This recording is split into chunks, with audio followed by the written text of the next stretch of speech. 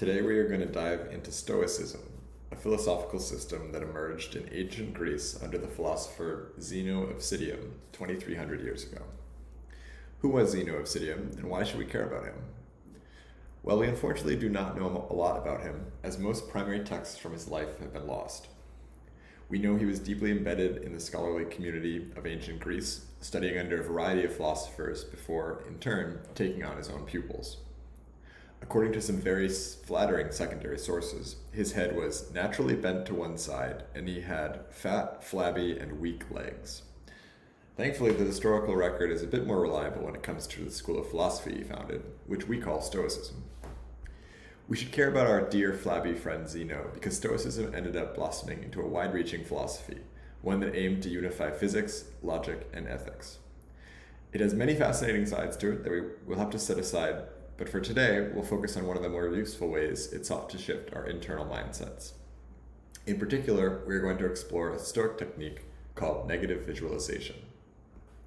Negative visualization is best described as a psychological thought experiment where you consider an alternate universe in which you no longer have some positive part of your life. This can be something fairly trivial, like imagining if instead of being a mild sunny day, the weather today was cold and pouring rain, or considering if you had not taken that vacation to Peru last year. But it can also be something deeply consequential, never having met a romantic partner, losing a parent or a child, falling out of touch with one of your closest friends. The idea is to go deep in these scenarios, to truly visualize them. Let's take having never met a romantic partner as an example. What would that be like? You would never have had that first date, that nervous uncertainty, that period of blind infatuation.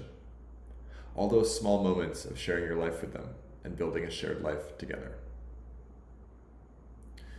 Negative visualization is useful because it helps combat our natural tendency to adapt to the things we have, thereby taking them for granted. This tendency, referred to as the hedonic treadmill, is unavoidable and omnipresent. You buy that new car. The first day, you can't stop looking at it in the driveway, all new and shiny. But for the first few weeks, you marvel at its smooth steering and crisp sound system. But pretty soon, it just becomes, well, your car. You get used to it, and even start to find flaws. You get annoyed at the weird beeping it makes whenever you take an extra second to put on your seatbelt. It gets its first dent, which was not your fault, to be clear. And this happens with everything. That shirt you bought with that insanely cool pattern, that new promotion complete with a healthy pay raise, and yes, even your spouse. But with negative visualization, you can transport yourself to a world in which you once again do not have that thing.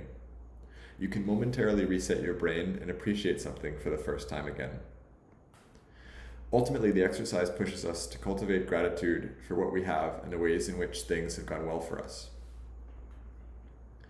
An important aspect of negative visualization is that it embraces the fact that so much of our life unfolds due to random chance.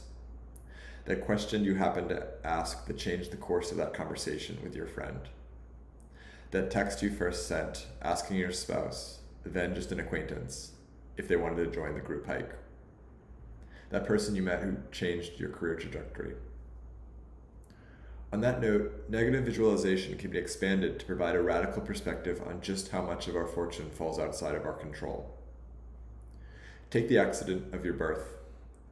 What if, instead of a free and democratic country, you had been born in a totalitarian regime, like the 26 million people who live in North Korea?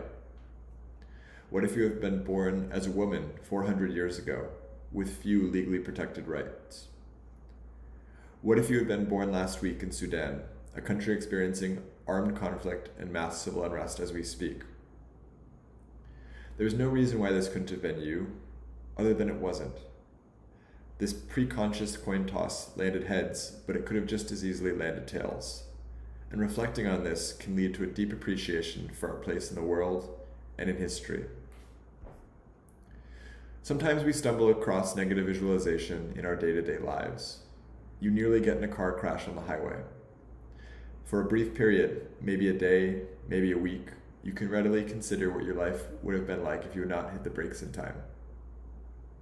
You hear about an old friend who lost their job in the midst of a painful breakup. You wait anxiously for your lab results back, finally receiving back the results and learning that you tested negative. For a moment, you can access that parallel universe where something has gone deeply awry. It can quickly feel all too real. You'll find that you can't bottle these moments. Soon their effects fade and life lulls you back into its usual rhythms.